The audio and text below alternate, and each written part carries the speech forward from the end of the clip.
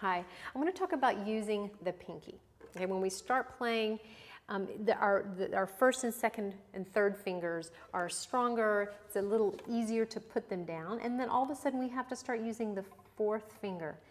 Everything changes. Okay, first of all, the finger is much weaker. You can see just by holding up your hand, evolutionarily speaking, which finger is less used.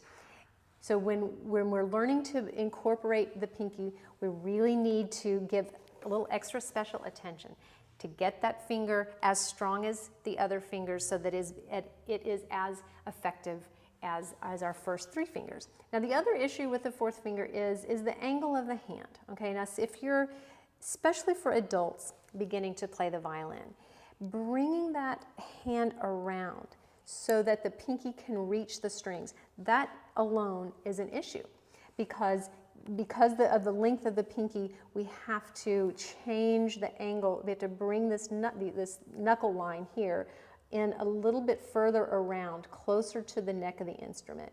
And this stretch, this twist really can create a lot of tension for many people. So if you're one of those people, then what you can do is when you use the pinky will be a little straighter. Now my hand is very short, so also if you have short fingers, small hands, you will have to extend and stretch the pinky to be able to use it.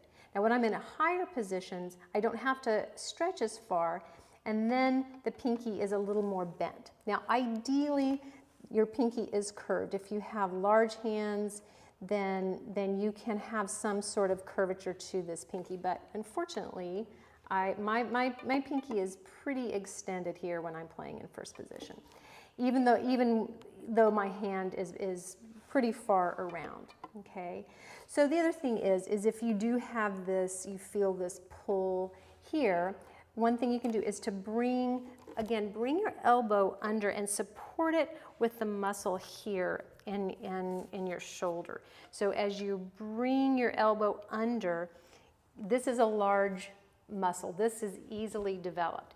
Let this be your support system so that your hand can be looser as your hand is turned around.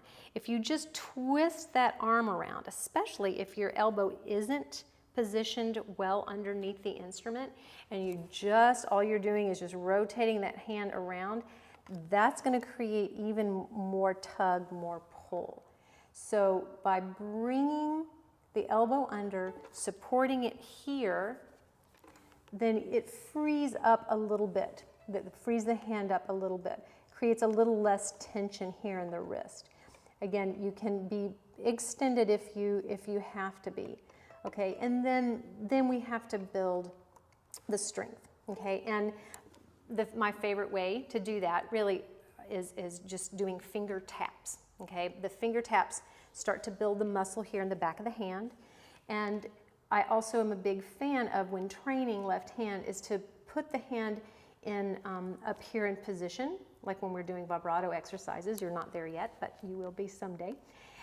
The thumb will go to the crook of the neck, like here, right here. I bring my elbow under so I'm supported, and then in the palm of my hand, I'm just going to anchor up against the shoulder of the violin. So it's going to be touching, that way it holds the violin into my neck. So when I'm doing these training exercises, I'm not fatiguing as quickly, just holding the violin up in a static position. So this takes some of the tension out of the exercises, holding it up like this.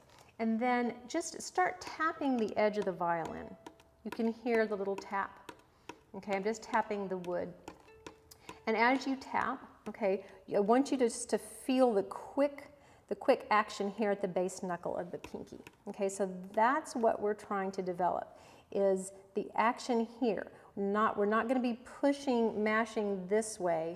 We're going to be lifting and dropping from here. Okay, so this quick drop and rebound up. That's what we want to develop. Now the third and the fourth finger are naturally interconnected here, the workings of the hand, but when we're trying to also develop independence, so it's not that we don't want to use the third finger, we just don't want to have to put the two fingers down simultaneously. But as you can see, the third finger is just going to be accompanying the motion of the pinky anyway. So just do some taps here, and then once you start to get comfortable with that, we're going to start tapping the string.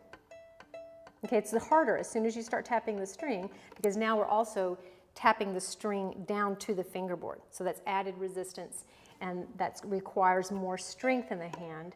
And the reason I have students do this first for the other reason is to maintain the openness here, because again, we want to avoid the clenching and the grasping. And if we do all these exercises in first position, that's one of the things that happens. Students just irresistibly start grabbing the neck of the instrument. The fourth finger is weak. It feels like it needs the support of grabbing here, but we don't want to do that. We want to avoid it at all costs. So again, hand butted up to here. We can sort of keep this open circle, this little C. Looks like it's making a C here. And then just really start working on this action here. So hopefully after a while, it'll start to feel easier. You'll start to feel stronger in the pinky. You can also do left hand pizzicatos. Okay, you can pluck the strings with the pinky, and again, this just sort of reinforces a quick motion here from this bass knuckle. This isn't my favorite exercise because we don't really play like, there are times where you do left hand pizzicato, but that's not really the up and down action of the finger. The tapping really helps establish that. But just to sort of gain coordination, to start really creating more awareness of the movement of the fourth finger, you can do pizzicato exercises as well. So tapping, and then we're going to put the first finger down and hold the string down with the first finger, maintaining the open space here, holding that finger down, and then tapping with that first finger down. Okay, and you can do this on all the strings.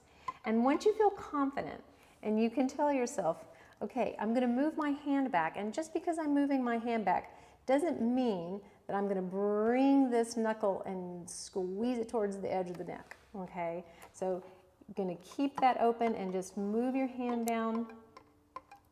This part of the hand will come closer to the neck naturally. It's just not going to grab, okay? So doing these tapping exercises, opening the hand, bringing it down in position, and alternating back and forth. Okay, so this is going to build a lot of strength, which is going to help, you're going to gain a lot of coordination, a lot of flexibility, and which will in turn, it'll improve your intonation, your accuracy, coordination, the feel of the hand, orientation of the hand. So all this attention that you give to the fourth finger will really just help just your general progress in all areas with the left hand. So do some taps.